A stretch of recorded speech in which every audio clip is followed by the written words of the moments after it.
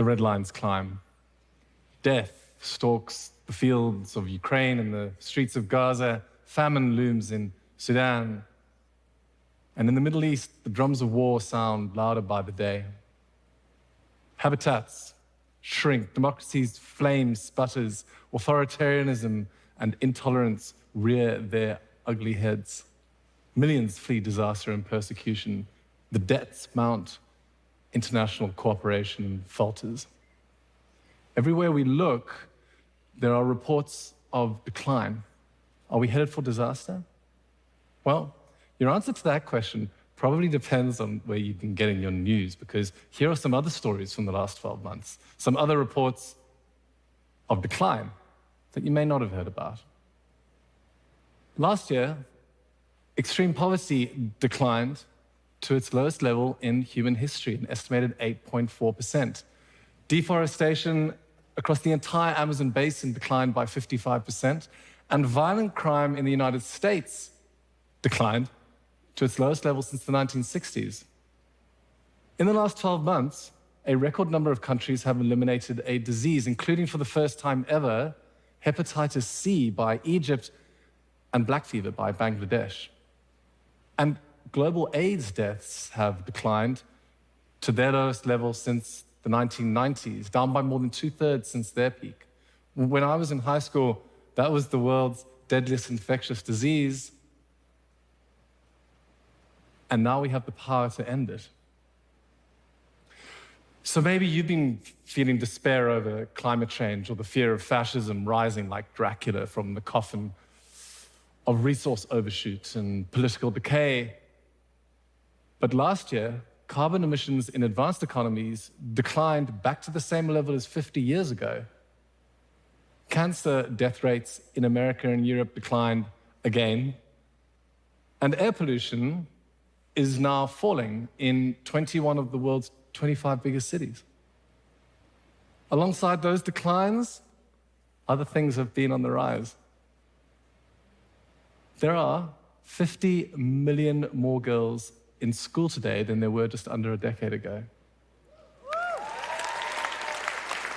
And last year, 418 million of the world's children got fed at school. That is almost 1 in 5. This year, it's going to be even more. Since we were last all gathered here, millions of people have gained access to water. Tens of millions of people have gained access to electricity. Estonia and Greece have legalized same-sex marriage. It looks like Thailand and Japan are going to be the next two on that list.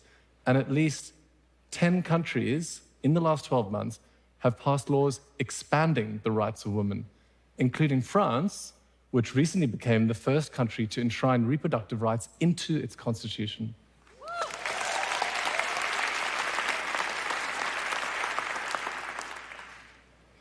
In 2023, we installed so much wind and solar that it changed the trajectory of our climate future, with China's carbon emissions now predicted to start falling as early as this year. In 2024, we are going to install enough global solar manufacturing capacity to reach our net zero targets by the end of this decade. A car powered by electrons was the world's best-selling vehicle last year, and batteries are now the fastest-growing technology since human beings made aircraft in World War II. We have crossed the threshold. There is too much momentum now to stop the transition to clean energy from happening. I have two little girls, Lola and Cleo. Lola is 4 years old. Cleo turned 3 the other day. And the International Energy Agency says that based on current trends, by the time my girls are my age, the world's electricity and transportation systems are on track to be almost entirely fossil fuel free.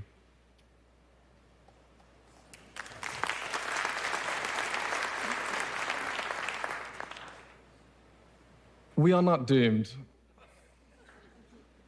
Did you know that 2023 was arguably the greatest year ever for conservation? We protected huge tracts of land in Alaska, the Amazon, Southern Africa, and the entire Tibetan Plateau, which is an area larger than all of Western Europe. We created new marine protected areas off the coasts of Mexico, Chile, Panama, Dominica, South Georgia, Spain, Ireland, the Congo, Australia, Papua New Guinea, New Caledonia. In the last 12 months, there have been hundreds of stories of cities being regreened, of farmland being rewilded, of rivers being cleaned up, islands being restored. And the populations of every single one of these species is now either recovering or on the rise.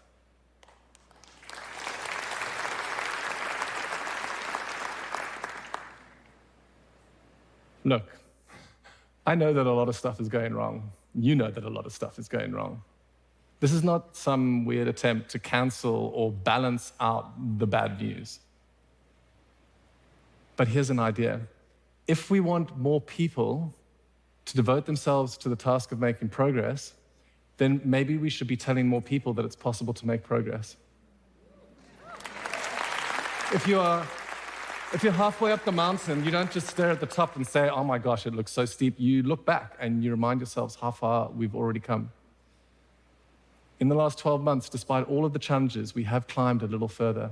So don't bet against humanity. In Nevada, they're using geothermal techniques to tap into the clean energy of our planet. On the border of Belgium and France, they're using bacteria to break down plastic. In Shenzhen, they're delivering blood via drones. And in space, new satellites mean polluters no longer have anywhere to hide. We are launching 5,000-ton starships. We are making 7 billion kilometer round trips to collect stardust from asteroids. We can perform miracles, enabling paralyzed people to walk by reading their brainwaves and sending the signals to their spine. We've mapped a quarter of the entire ocean floor, and NVIDIA's new Blackwell chip has as many transistors in it as there are stars in the entire Milky Way. In the last year, we started using CRISPR, genetic editing, to treat diseases like beta thalassemia and sickle cell disease. And we created the largest ever atlas of human brain cells. We are using artificial intelligence to identify new drugs to combat antibiotic-resistant bacteria, something that kills over 1 million people every year. 2 years ago, I almost lost my life to a bacterial infection. I got lucky. In the future, many more people will be able to say the same. I mean, we just used artificial intelligence to decipher the contents, the charred remains of the 2,000-year-old Herculaneum scrolls. And I don't know, maybe this is all boring to some of you, but to me, it really is indistinguishable from magic.